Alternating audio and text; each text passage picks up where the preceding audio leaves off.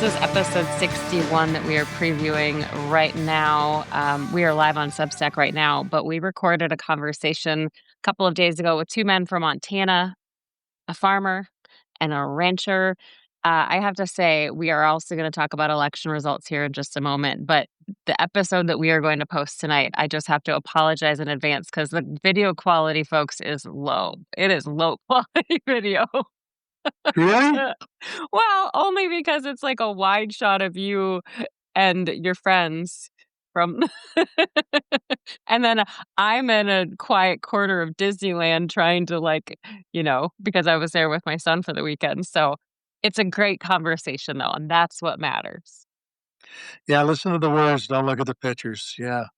Just opposite of when I read a book, I'm always looking at the pictures and not paying any That's fair. attention to the words. Just like the president. Hey, tell us Yeah. about our guests though. Tell us about Mark and John, right? Yeah, Mark and John, John farms, pretty close to Tiber Dam, which is about 50 miles from where I live, so I would say he's still in north central Montana. He, farms he has, grains and legumes. And then, Mark he's got some crops too, but he raises cattle, and so he's got a beef operation up in northwestern Montana, not far from Kalispell. So we So, talked to them about like what's happening and how yeah, everything that's happening is affecting them. that's exactly right. We talked to him about the tariffs, what's it doing to the markets, what's doing to the input costs. We talked to him about, the president talking about importing beef out of Argentina, what that's doing to farm gate prices on cattle, and, yeah, it was pretty interesting conversation, and, I just think that, Mark isn't political at all. He's very centrist, by his own words, and John, is a little more political, but really, certainly he isn't in the state legislature or county commissioner or, any of those kind of things. So, we got a bird's eye view pretty much from a couple dudes who really have no political money in the game. They're just trying to make a living. And they're both generational farmers in Montana. It means their grandparents, and maybe even their great grandparents, Mhm. were homesteaded the land, and so it's been in the family for 100 years or better. So Yeah, it's a good good conversation. And I conversation. think it's important for people, I've learned this spending a lot of time doing news on the coast, right? People don't always understand what it's actually like on the ground in places like Montana. And this is even more of an in-depth view on the ground from a farm and from a ranch. I mean, we know that John Tester is not a real farmer if you listen to the political ads. So now we get a real farmer on the block. Yeah, damn. Yeah, that's Just true. kidding, Senator. Yeah, I know. We have quite a few headlines to talk about, but I mean, it's election night. It's why we're coming to you live right now so late. We were actually going to do this morning, and I thought, well, we really should try to do this tonight when we have some election results. And holy cow, do we have some election results? So I think the headline is first of all, let me just say, whoever decided that daylight saving time should come 2 days before election day, it was a terrible idea. Terrible idea. Everyone's tired. What? You don't agree? No, I mean, why? You get to sleep in.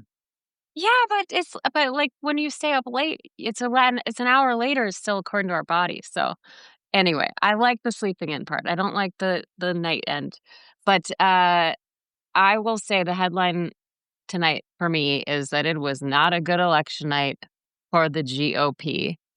We could go down the list here, but the big races that I was tracking, Virginia and New Jersey, Democrats both winning the gubernatorial races there. I mean, in Virginia, Abigail Spanberger, she flipped that from Republican to Democrat. First, not only first woman, but first mom to serve as Virginia's governor. And here's what's so fascinating to me about Virginia. This is where I get so nerdy, like so nerdy on election night. But the New York Times puts all of these really like detailed, granular little facts. And last I checked, all but 5 counties in Virginia shifted blue in this gubernatorial race from the presidential race last year, all but 5, and some by a little, but some by a ton. One county shifted blue by 22 points, and of the 5 that shifted red, the highest was by 2.3 points. That tells the story. So what does Bamber win by? Is the final votes in yet? Oh, yeah, you were gonna ask me that. Yeah, I'm We're gonna do the same thing with Cheryl in New Jersey, so get used to it. Alright, so, right now, not like, more than 95% of the votes in, 57.4% compared to Yeah, 42.1. 57.4, that means, the other person got 42.6, 42.4, and then there were write-ins for point 2. 42.4. That's a landslide victory. Anything over 10 points is a landslide.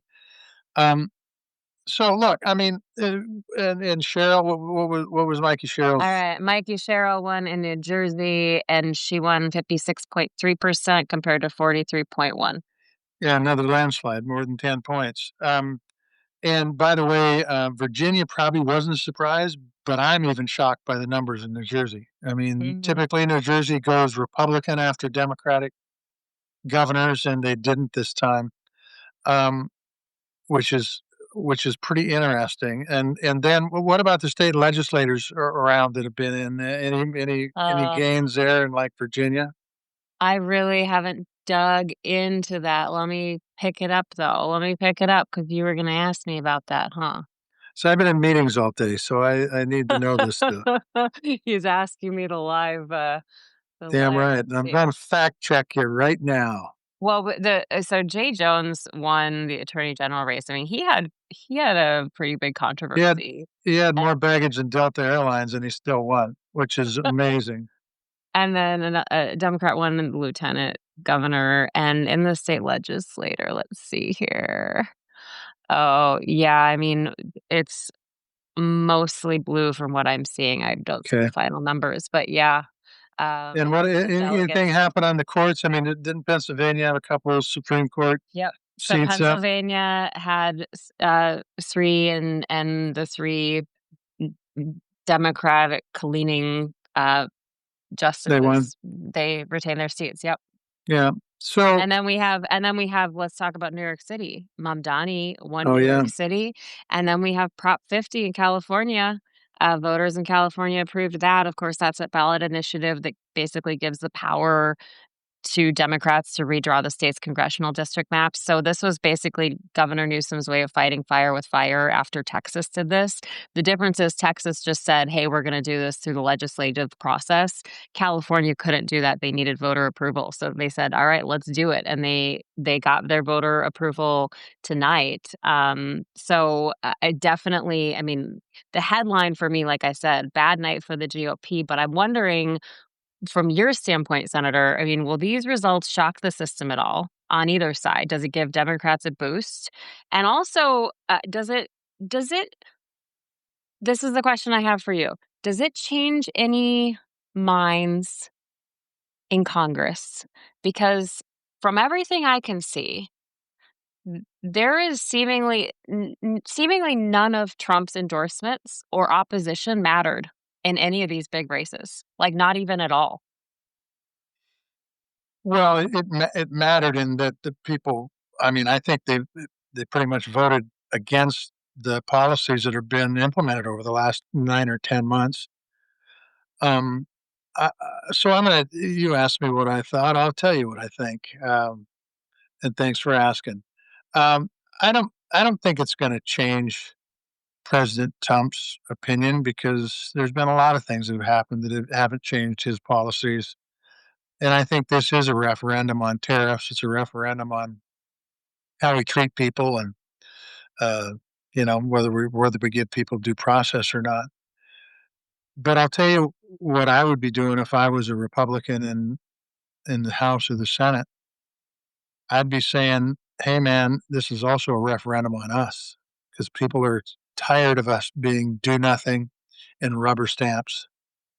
And I hope because I still, even though there's a lot of folks that write in and say, "Tester, you're full of shit," because these guys aren't good people or they wouldn't be doing what they're doing. No, they're good people and they know better. And I think they're expecting the courts to bail them out on a lot of this stuff. And now if they didn't hear from what transpired election, um, I think they're making a big mistake. And hopefully they heard the message that's been across. Tariffs are not to be applied by the President of the United States. Constitution is clear. They need to be done by Congress. If Congress wants to do them, then go ahead and do them, guys. But it shouldn't be the president's job, okay? Because that's not what our founding fathers had in mind. And the list goes on and on and on that. Tearing down the East Wing of the White House. Are you kidding me? If Joe Biden would have done this, they'd throw his ass out of Washington, D.C. It's a sign of what is going on in Washington right now, and it's out of control with no checks and balances. And I think this is a bigger message to Congress than it is to anybody else. Is it a message to Trump? Absolutely. It's a rebuttal of his policies. But I think it's even a bigger rebuttal of a Congress that doesn't do anything to put those policies in check. So we've talked a lot about why, why aren't they doing this? Why aren't they speaking out? Why aren't they saying anything? And we've talked a lot about fear, whether it's actual fear of physical violence or fear of being primaried, which is something we've talked about a lot. But like I said, I mean, he strongly endorsed Cuomo in New York. Mamdani won handily. I mean, New York had the highest voter turnout. The New York City had the highest voter turnout since 1969 tonight. That's incredible. And then you look at, up and down the board. I mean, none of his endorsements mattered. And so I'm wondering if that fear dissipates. No, I think that as long as the policies keep coming out of the White House that have come out for the last 10 months, um, then I think people are going to continue to react like this. And I think the only thing that quite honestly stops the 2026 election from being a repeat of this one in 2025 is if we don't have a fair election. No, but And I mean, do you think the fear in congressional Republicans dissipates by seeing what happened tonight, that mm, his endorsements and his backing didn't really have an effect? I think so, but you never. I mean, similar things happen in 18. I mean, I don't. You remember when I was up for election and you were a reporter back then? You hadn't been laid I off. I was remember. still a U.S. senator because I hadn't been laid off. But Trump came to Montana, shit, 4 or 5 times, and it didn't do any 5. good. So we saw something similar in 18. I think it's different now, though. I really do. I mean, I think some of the stuff that's being done now is beyond the pale as far as what a president should be doing under the law and under the Constitution of this country. And so it's an interesting time. Now, these are very short news cycles, and things move away, and there's things that happen right before this election that is, really political malpractice and allowing the SNAP benefits to go away for no reason. I get a kick out of this stuff. That one of the senators said, "Oh, this is because of the Democrats." No bullshit. This is the first time ever SNAP benefits have been taken away from people because they've always had that fund to make sure they have them. So, it's an interesting time. But you had SNAP, you've got tariffs raising hell with everything. You got that big beautiful bill that's a piece of shit that's raising hell with healthcare, especially in rural America. So a lot of these places, it isn't a surprise that they flip from Republican to Democrat because a lot of the policies they put in are impacting these red districts as much or more than they are the blue districts. And everything shouldn't be looked at from a lens of politics, by the way, because we're all Americans and we all have to live in this country and we all want our democracy to work for the best of all of us, not just the red team or the blue team or the libertarian team or independent team or whatever team that's out there. The fact is that's why you need bipartisanship in Congress. That's why Congress needs to do their job to hold the executive branch accountable. And none of that's been done in the last 10 months. Let's be honest. On the big, beautiful bill, there was no discussion with the Democratic side.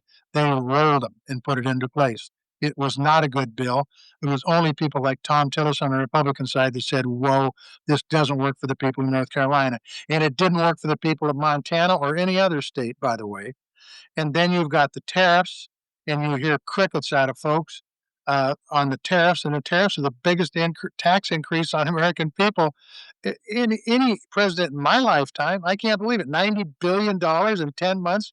Give me a break. And if you think other countries play this, you're smoking something illegal. And pot's legal in most states in this country now.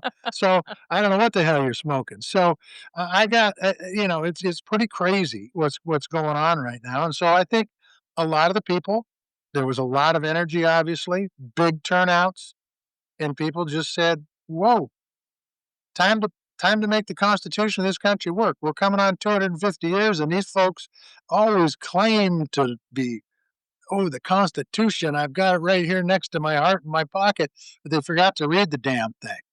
And I think the people said, "Read it and follow it." So here's what he's saying tonight, he being President Donald Trump. A half hour ago, he posted something that's cryptic and in all caps, of course, and it says, "And so it begins." I don't know what that means. But an hour ago, he posted about passing voter reform, voter ID, no mail in ballots, terminate the filibuster. So he's already been setting the stage a little bit to challenge the results of tonight. Earlier today, he went on a rant about how the voting is rigged in California. That's total. Uh, That's just stop. That's total bullshit. If anybody wants to rig us elections, it's the people who claim the elections are rigged. Okay, those are the folks who want to rig elections. so my friend, actually, Liz Landers, pushed back on this in the White House today because she asked Caroline Levitt about those claims. And Caroline Levitt basically said the administration is looking into executive action to ban mail-in voting. She went on to double down and say there's voter fraud in California. Liz pushed back again. She asked for evidence, and basically Caroline Levitt said, "Oh, we'll get it to you later." So we'll see I what mean, happens. it just doesn't make any sense. I mean, it's just like the 2020 election. Everybody knows this election wasn't stolen. He still claims it. I mean, all this stuff. People need to base their decisions based on fact, and I think the folks who voted today based it on the fact that they don't like tariffs. They don't like how ICE comes in wearing masks and unmarked uniforms and tackling people that are their neighbors. That just isn't right, and it's not what this country stands for. And then take away SNAP benefits on top of it. I mean, it's just crazy.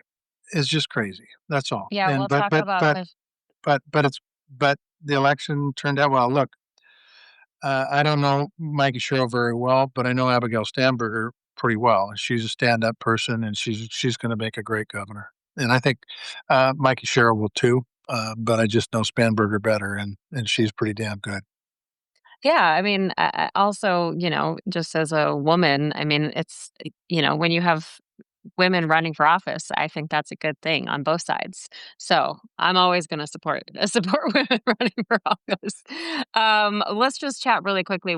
I mean, in any other news cycle in my lifetime, this would be massive news, and it did happen to come on election day. But we woke up to news this morning that former Vice President Dick Cheney died at the age of 84. Of course, he had a complicated legacy. We're seeing lots of statements from people, though, like Joe Biden, Kamala Harris, Mike Pence, George W. Bush, notably nothing but crickets from Donald Trump. Well, I mean, look, Vice President Cheney was, well, I mean, really, if you think back on it, he was pretty much a lightning rod when he was Vice President of the United States. He had incredible power in that position, brought incredible power with that position because he was a pretty damn good politician, quite frankly. Um, he was somebody who was rough and tumble and kind of grumbly. Um, but in the end, he actually read the Constitution, and he thought people ought to follow it that are in public office. And even though I disagreed with him on most of his policies, I absolutely think he was right on the most important policy, and that is that the Constitution is something that people need to read and live by if we're gonna have this country move forward for another 250 years. And I appreciate that from somebody who's willing to buck the leader of what was his party, um, and do the right thing. Okay, let's talk about the shutdown. We are a few hours away from officially being in the longest government shutdown in U.S. history, Pretty 35 days sad. and counting. Um, So you're traveling right now. I traveled this weekend. U.S. Transportation Secretary Sean Duffy said today that some parts of airspace may need to close if this continues into next week. Well, I have news for you. They're already doing that because I had to go on a detour on my flight to Disneyland last weekend because they said the chunk of airspace that we were going to go over had to close because of staffing issues. So it's already happening. There are already delays, there are already cancellations, TSA lines. What are you seeing? Well, I mean, I honestly believe that, uh, this election will help end this shutdown too. I mean, we Mm. haven't talked about that much with people going to the polls, but I think both sides are getting blamed, but I think there's more blame on the side that controls the House, Senate, and the White House. And, I think that this hopefully will bring this craziness to an end. Look, you gotta ask yourself, were Democrats asking for something that was so crazy that you couldn't go for it? They wanted the reimbursement so that healthcare rates didn't go through the roof. I talked to a guy tonight that said he's got a friend, his mother's insurance rates went up to $8,000 a month. So come on, guys. Let's come to the table, compromise, negotiate. It ain't like they're asking for a bunch of stuff that's crazy. They're not. They're just trying to help you so inflation doesn't go through the roof. Democrats are trying to help the Republicans so inflation doesn't go through the roof, you know? Who could So afford hopefully $8,000? this will come to an end. What's that now? I mean, who that's more than most people make in a month. What, like, Oh, that $8,000 a month is that's totally unsustainable. insanity. There's no way that even rich people can afford that kind. That's Right. 96 grand a year for God's sakes. That's Well, and way too much. the deal is that people are starting to get their rates for next year, so That's that right. is starting to be a reality That's for a right. lot of people. They're getting that in the mail. That's right. Um, let's talk about SNAP because it's unclear what's coming here. We did our whole episode on Friday about SNAP benefits and hunger in this country. And while we were recording that episode, 2 judges basically ruled in tandem that the administration had to use the contingency fund set aside to continue SNAP through a shutdown.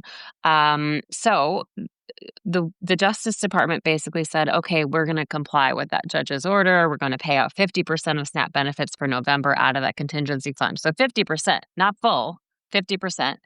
But the president posted today that SNAP payments are not going out. He's not going to do it. He's not going to send them out until the shutdown ends.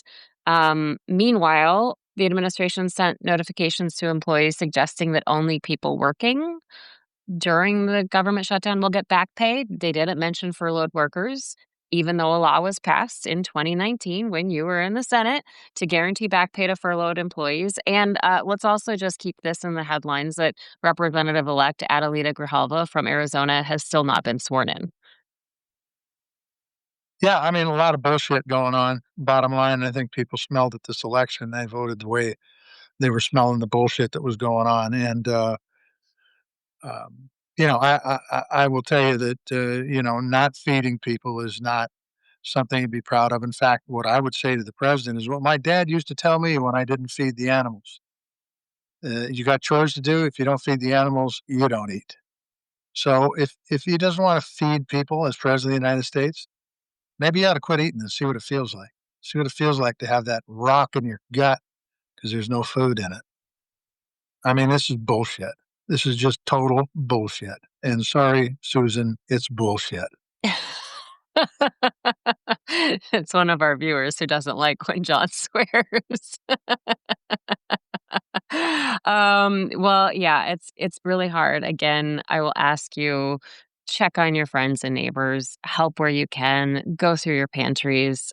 People are struggling. People are really, really, really struggling right now. I'm seeing a lot of people online asking for coats, asking for boots, asking for food, asking for cash here and there. I mean, it's a scary time, and especially with that unknown with SNAP, even if it goes into effect fully, it'll take a long time for those benefits to go out and actually help, especially if you're a furloughed worker and now you're suddenly unsure if you're going to get back pay. Couldn't All have right. said it better if I said it myself. All right, so that's enough headlines for tonight. We are going to pivot, but I just want to do a quick programming note. This Friday, we have our rescheduled conversation with Sharon McMahon. That's at 10:30 a.m. Eastern time.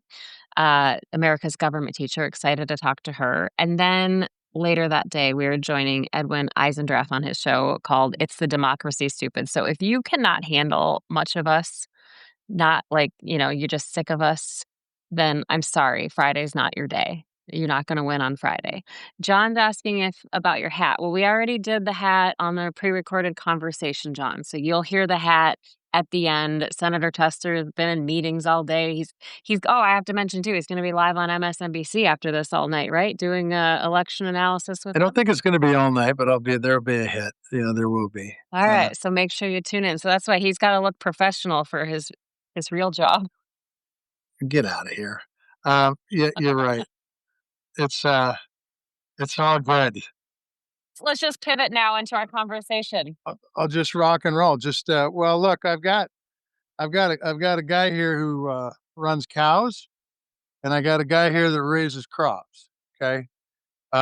These are, real ranchers and real farmers that, are here to talk about what's going on the farm. Look, I'm just gonna kinda set this up for a little bit because everybody, that's watching this probably knows that my wife and I, still farm. That's what we do for a living.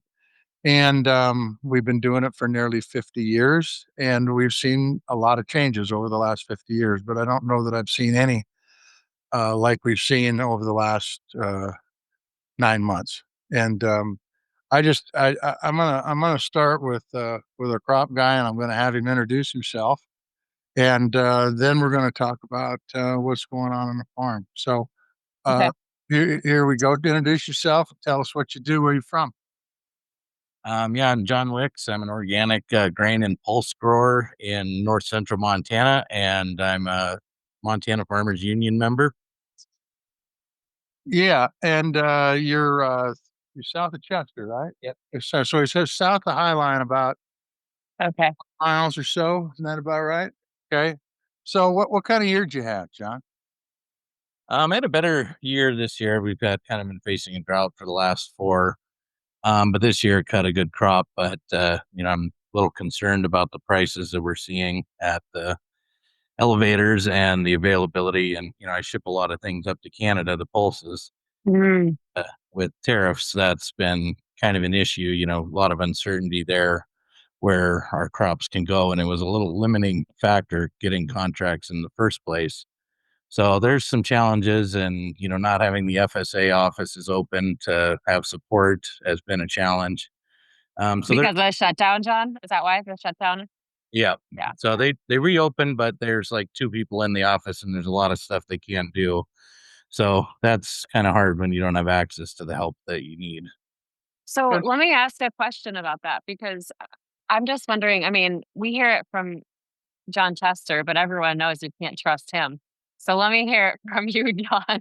What is it like for you, like on a day to day basis? Are you following the news? Are you trying to keep up with what's coming so you can at least anticipate? Or what does that look Yeah. like for you in your real life? Well, I think there's just so many uncertainties, and every day I'm shocked at the new thing that's going on. And I think, well, it can't, this has got to get corrected at some point. And every day there's something new and a new worry.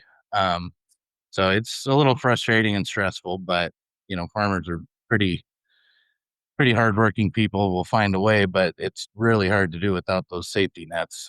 Mhm. Yeah, and John, just so folks know, you're how far are you south of the Canadian line? Your place? About 45 miles. Yeah, he's 45 miles. And you talked a little bit about tariffs and how you had a market up there. Does that market still exist now?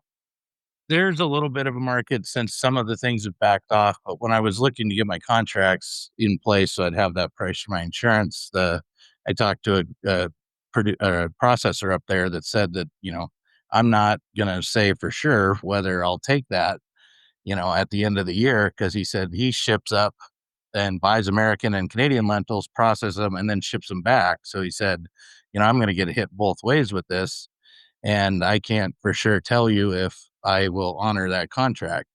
And some other ones said that they would, and but you don't really know. Yeah, and So it's just like uncertainty, constant uncertainty. Yeah. so what have the prices done? Well, the organic prices, I'm an organic producer, they kind of follow the conventional market a little bit. But so with that drop in the conventional market, I've seen my spring wheat is dropped maybe 3.5 to $4 a bushel, and the durum same. Um, the pulse price is kind of hanging around average, but a lot of that grain, which I produce the most of, has taken a big hit. Yeah, and one of the things that you talked about uncertainty, Marisa, but one of the things that really you need to have in business and agriculture is the same way as you've got to have certainty and you got to have certainty in markets. And pulses are something, and it's the same thing with wheat as far as Montana goes, but we have to export it. And if you don't export them and that market's gone, um, it just doesn't work. I mean, you can't, if you don't, they ask the soybean growers, if you don't have a market, then you can't sell them. And if you can't sell them, you can't stay in business because that's how you make your money. What about the input side of things, John? What are you seeing? What are your neighbors seeing on the input side? Now I'm talking about you don't buy water soluble fertilizer, at least I don't think you do, and you probably not buying chemicals either, which at least I don't think you do. But what are you seeing in that realm? Yeah, I'm seeing a lot of neighbors that are conventional farmers, and we talk about everything. And one of their concerns is fertilizer prices have gone up. And so they're looking at cutting their rates, which will cut their yields. And everybody's kind of looking at a bare bones kind of operating plan for next year. And a lot of guys I'm hearing, I've worked this a couple different ways and it's just not going to pencil. And I think that then that puts a lot of pressure on your bank and your finances to work with you. And it's just a struggle every corner. So let me ask about that a little bit. I'm gonna guess that when you're talking to your fellow farmers, that these are people from all political stripes. Yep. Okay. So what are they saying? Are they saying anything? Are they putting blame on any kind of policy, or are they just saying, well, this is just how it is? Especially with the recent things. I mean, Mark can probably talk a little better on it on the cattle, but I think people generally are getting fed up and they're not supportive of, people they were supportive of before. And I think that that line is crossed. Mm. Yeah, so just to back up a little bit before we get to our cattle guy. So John started out talking about how the markets were severely altered to the negative and how input costs have gone up, which squeezes the margin in the middle. And the margin's never been too wide for people in production agriculture. We've always had pretty thin margins. What we haven't talked about, and we'll talk about this with Mark too, is equipment. What have you seen equipment doing and price of parts and if you in parts availability? Yeah, that's been a huge challenge that I didn't even think about really, in this conversation, but I think about it every day. I run a header that is especially doing the organic. A lot of your machinery is for foreign made, and the getting them is taking a really long time, and the price has gone up like an unbelievable amount. And like a little part that I would think would cost 30 or $40 is now, 150, $200. So it's kind of a real scary thing to have going on. And the equipment costs are expensive. Even though a combine might be put together in the US, the bearings and the pieces all come from China. So it's everything is going up and it's a real challenge. So what is that gonna mean? Like, what are we gonna see? What are we in for right now? What are we gonna see in the next year across America? I'm not sure. I think, people are gonna pay out the nose for parts, and, like, I'm thinking about getting a mill and a lathe and trying to do as much rebuilding as I can myself, but it's in the wait times for some of these parts. I was down for a month and a half during harvest trying to get, I mean, basically a plate with some threading on it that was high grade threading, and, if I woulda known it was gonna take that long, I would have built it myself, but so there's a lot of challenges, crops sitting out in the field at that time, so it's scary. So then, John, like when you hear about the government saying, "Oh, we're gonna cut a check to our farmers to reimburse them for this." What is that like? What's your thought process on that? It's a little insulting, I think. For me, it's, the things were not perfect, but things were working. And because of some of these actions, now we're faced with a lot more of these problems, and it's really magnified a lot of the problems that were already there. And to just say, "Oh, we're going to cut you this check, and we're fixing it later." It's, why did you mess with it in the first place? It seems like it was like shaking the hornet's nest without a real reason, and so it's kind of insulting to just, we're going to band-aid it, and we don't want a band-aid. We want solutions, and we want to market for our crops. We don't want to take taxpayer money for our operating. Yeah, you got a question, Maritza? If you don't, I'm going to ask John if he has anything he wants to say, wrapping it up, and then we're going to go talk Well, beef. We're going to talk some beef. well, I do have a question, but maybe we'll wait till the end 'cause it's probably for both of you guys. So go ahead. Okay. So, just for a little bit of background here, a few weeks ago, maybe a month ago, the president of the United States decided to cut a $20 billion check to Argentina and to prop up his economy. And of course, what Argentina did then was undercut the soybean growers and sell a bunch of containers of soybeans to China. But that doesn't have much effect on us because we don't raise soybeans, okay, in Montana. It does for the folks in the Midwest where my daughter lives. Those folks are in a hurting unit that are raising soybeans because they don't have any market. But then a few weeks after that, he said, we're going to start importing Argentinian beef into this country. I've talked about it a fair amount on the podcast about the upside and the downside of that. And there isn't a lot of upside, but there's a shit pile of downside. And we've got a guy here that raises cattle. And Mark, I want you to introduce yourself. Tell us where you're from. Tell us what you do. So I'm Mark Sedarius. We're a farm and ranch operation east of Kalispell, Montana, along the Flathead River. We've been there a long time and done the same thing for a long time. So our operation, we do crops and cattle, cow-calf unit, as well as a feedlot and a direct marketing co-op or direct marketing component to that. So that's what we do. And so, Mark, just before we get to the cattle thing, since you do both, are you seeing things similar to what John said here on the crop side of things? Yeah, what John's saying, whether you're an organic producer, conventional producer, whatever you are, it's pretty relevant across the board. It's just an ugly scene out there. Okay. Now, you raise cows, and you might have said this, so forgive me. Is it cow-calf operation or you feed? You Yeah, feed. both. You raise baby calves. So he's got mamas and babies, and then he takes the babies and fattens them up and makes some great steak and roasts and that good kind of stuff out of it. So what what's the cattle market been the last 2-3 years? I guess volatile would be what I'd say. The last 2 or 3 years, we've been on this uptrend that's been a pretty steady uptrend, but it's ruthless it's great if you're selling in it. It's really bad if you're buying out of it, I guess. So for us, where we're selling, calves in and stuff in, but at the same time we're buying feeders back out to put in on feed. So we ride both sides of the market, and it's a wicked thing. And what I talked about, the president talked about importing Argentinian beef. There's been talk about him taking the tariffs off and importing Brazilian beef too. What has that? And that's just occurred in the last month. What has that done to the market? So as these talks have come up and as speculation has come up with Argentina, Brazil, with any of these other beef imports and waiving of tariffs, I mean, that market that causes this big ripple in the markets. And I say a big ripple in the fact, $200 or $300 a head on any given day coming out of media coverage. So, you know, $200 or $300 a head down.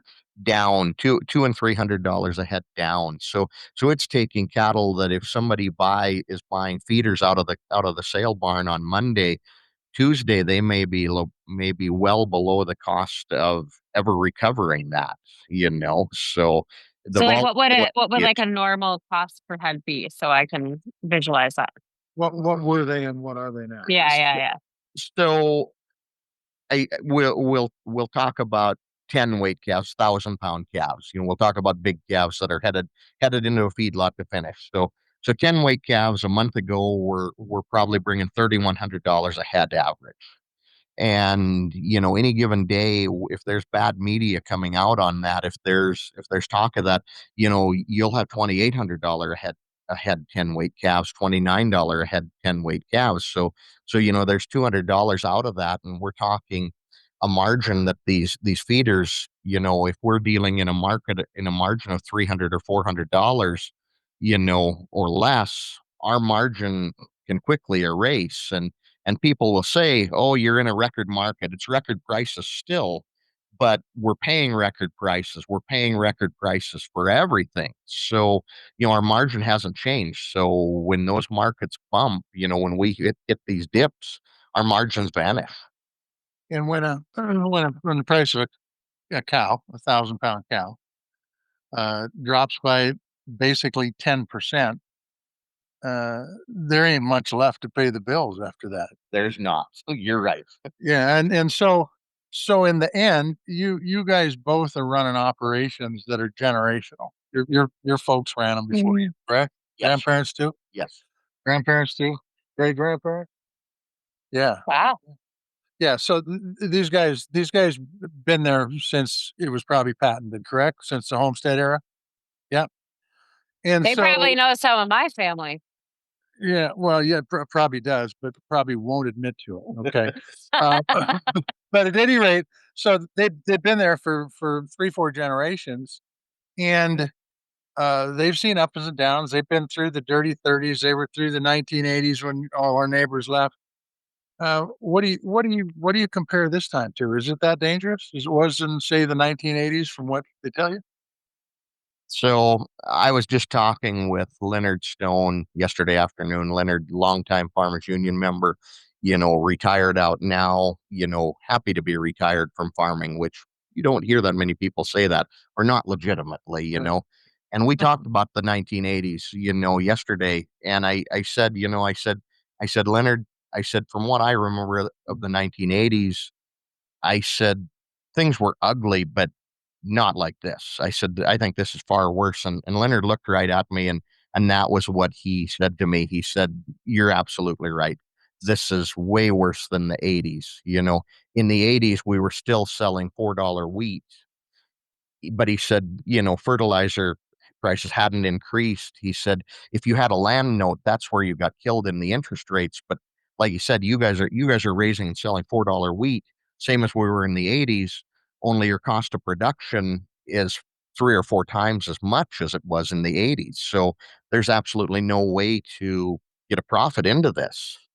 And you're seeing the same thing on equipment that John saw too, from his prices have E- gone up. Equipment prices have gone up so much. I mean, as a kid, dad, they could buy a tractor, they could buy a piece of equipment, and they could pencil that out over 4 years, 5 years, and that piece of equipment would earn the money to pay for itself.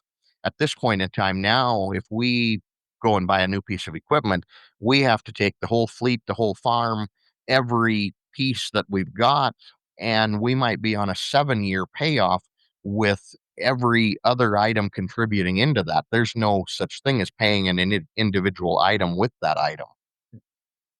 Yeah, so the bottom line there from a farm gate standpoint, listening to these 2 guys, and it confirms everything I've said too, is that when you have prices that are artificially low, and I think we can say artificially low, even though they are really low, and input costs that are up, it puts everybody at risk that's in production agriculture of going broke.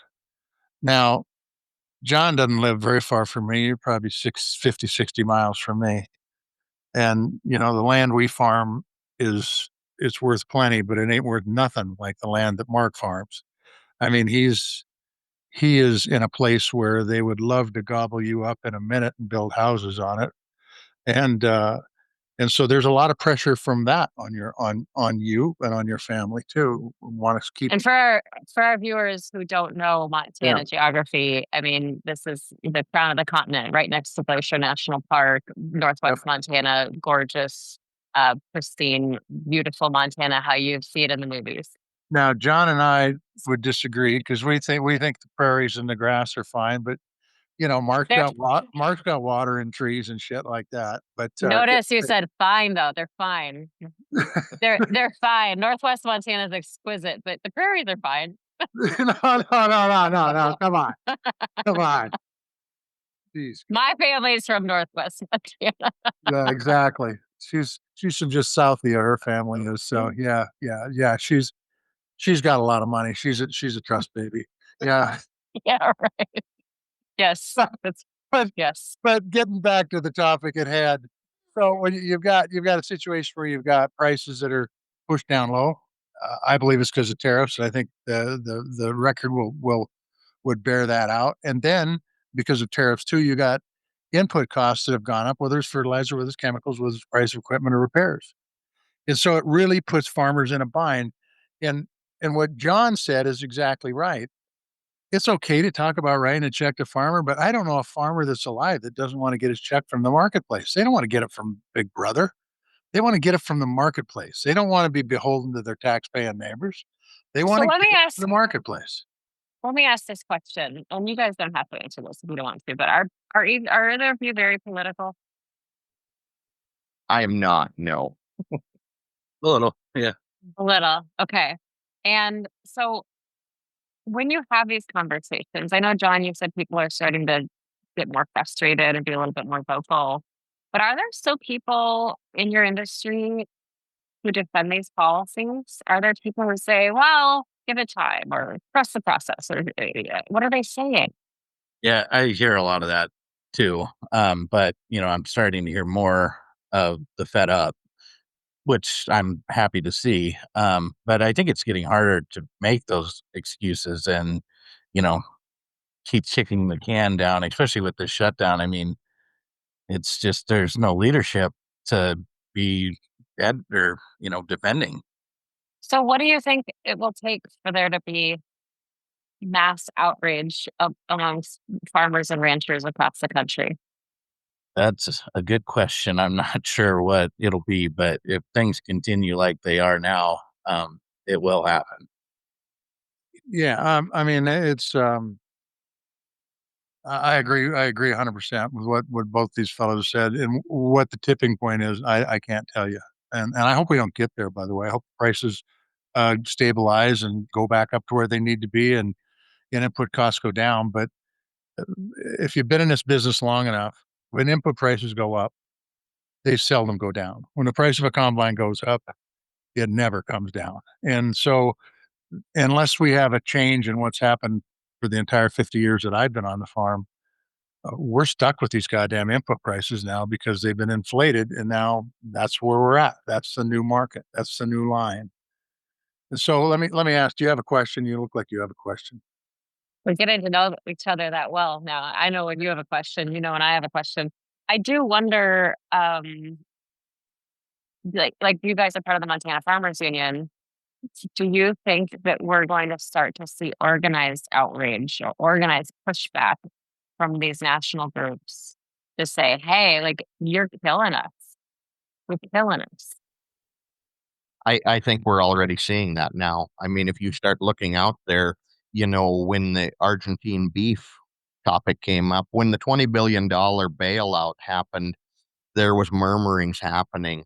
When the Argentine bailout or the Argentine beef deal came out, I mean, I don't think there was an ag organization in the country that did not come out with opposition to that. It might have been stronger, might have been weaker, but everybody expressed opposition. So, Mark, hold on to the microphone for one more second because I'm just wondering. You said you weren't very political. Does this kind of stuff make you want to get more political? I say I'm not very political, and I guess I should say I'm fairly centered, is where I'm at. So I guess maybe not very political is not the right Okay. Not super Yes, partisan, not super partisan. that's right. Yeah. But that's good. That's good. But I mean, like, it's just so interesting to me as we have so many conversations and, so many people have tried to understand like what it is about this administration and these campaigns that really attract people to come in and into the fold, especially in rural America, especially in states like Montana. And so I'm just so curious when these policies are hurting both of your businesses like that, you know, what the fallout looks like, or if there is going to be fallout. Because right now, I think you're right. Like John said this that there's more frustration and people talking about it more, but they're not to the point like Senator Tester has talked about how we, in the 80s we would have seen what what did he say, tractors and combines outside the White House. Yeah, going down the streets of DC and trucks too. I mean, that's happened. It's happened a number of times in the last since the early '80s, and we haven't seen that yet. But who knows? Who knows? And to tell you the truth, I don't know if it's that effective. It may Wait, wait, be wait. not. Get the mic. Get the Okay. microphone. Well, Mark's got it. I mean, these guys are taking over. Next week, I'm going to be out. They're going to be running a damn podcast. I'm just telling Great. you, and Are you'll they be all nicer about than that. are they Yeah. nicer than you? Yeah, yeah, they're nice. They're a lot nicer than me. But I was gonna say that, I mean, we saw it. We've seen it several times where farmers and truckers, and they just flood the streets of Washington D.C. and say this bullshit's got to stop. I think it gets policymakers' attention. Whether it moves the needle, I don't know, but I do think getting somebody's attention might help. Because right now, I've talked about this before, Congress doesn't exist. They're AWOL, they're gone. I don't know why we're even paying them, and the president's doing everything. And so, it's one of the reasons I'm glad we had these 2 fellows on our podcast, Mhm. Brace, because it's an opportunity, somebody from the administration maybe monitoring this podcast. If they wanna know what's going on in the real world, they would be. And they might be able to hear, not from you, not from you, a former one of those left-wing journalists, or me, one of those badass, politicians, but from just regular old folks on the ground. I've got one more question, but you do yours first. Okay, he knows me. He knows me. My question is, have either of you reached out to your lawmakers about this? So yes, we've met with our lawmakers, and I think John's going to have the same answer. We've met with them through Farmers Union, through Montana Farmers Union, but we have reached out, we have talked with them, and I can say from my side of things, from the livestock into things, from the cattle into things, since we met with them and since this Argentina beef deal has been talked about, they have come out with language that's a lot more responsive to that. Whether they'll hold to that, I don't know, but I hope they will. Yeah, I had the opportunity just a month and a half ago or so to go out to DC with Farmers Union for our fly-in, and we met with some other members of Congress and visited with them and shared our concerns. And I'd like to think that we were well received. So, but it's a Okay. matter of what they do, not what they say. Mhm. That's a fact. It's what they do, it's not what they say. Very good, John. So I'm gonna ask each of you one final question. If you were in a position to be able to make a difference with prices on the ground in ag country, what would you do? Boy, Mark, you want to take that one first? Go ahead, John. Well, I mean, anti-competitive practices. I mean, there's a whole slew of things that could be done that would, help the family farms out. God, I don't know exactly off the top of my head where to start even, but there's a lot of basic policy that's common sense that I think everybody can agree on that we could get done and make a big difference with coming together and doing some work. What about the tariffs? Yeah, I would get rid of the tariffs immediately. That would help things out a lot. Um, but some of these trade deals, I think, they're gone for decades. I mean, it took a lot of time. I have a neighbor that was national wheat and barley, and he went on trade missions and did a lot of work on securing those markets in Asia. And I've got to think that he's feeling like a little hurt about that. That all that hard work is gone now. Okay, it's your time to be in the Budweiser hot seat, Mark. So at this point in time, I mean, in the cattle market, what we're seeing play out is supply and demand in real time, in real life.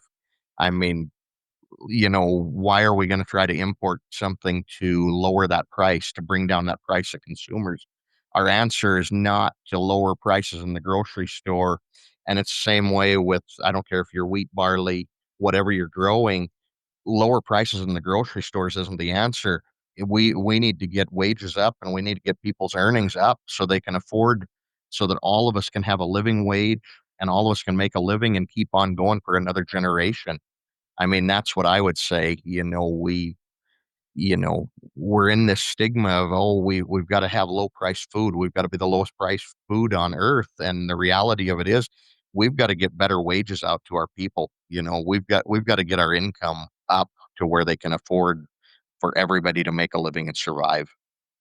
Well, that's what we keep talking about with the SNAP thing. I mean, the question isn't like what are you doing to get off SNAP? The question is why do so many people have jobs and they still need to be on SNAP? That's right. The only thing that I would add, and this is my opinion, and I should have started this out by saying my opinion doesn't necessarily reflect the opinion of the man to my left or my right, but I can guarantee you that if they import a bunch of beef from Argentina or Australia or Brazil or wherever the hell they're doing it from, it will screw the ranchers big time.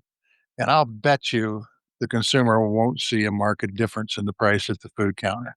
And that's the problem. That's why Mark is right. We need to get wages up so people can afford to live, for Christ's sakes, and feed their family. So that's it. You guys had anything else you want to say? Because Maritza always talks when I open up the floor. So anything else? Nope. Yeah. Thanks for having us on. No, it's good. Thank you guys for taking. Thank you. Yeah, and but I do want to ask you what that hat is. Oh, did we haven't wore this hat yet? No, it's a big. Is that an M for Maritza? Yeah, I wore it. It's an M for Maritza, and then on the back, it's an M for something else. Oh, Meek of Auctions.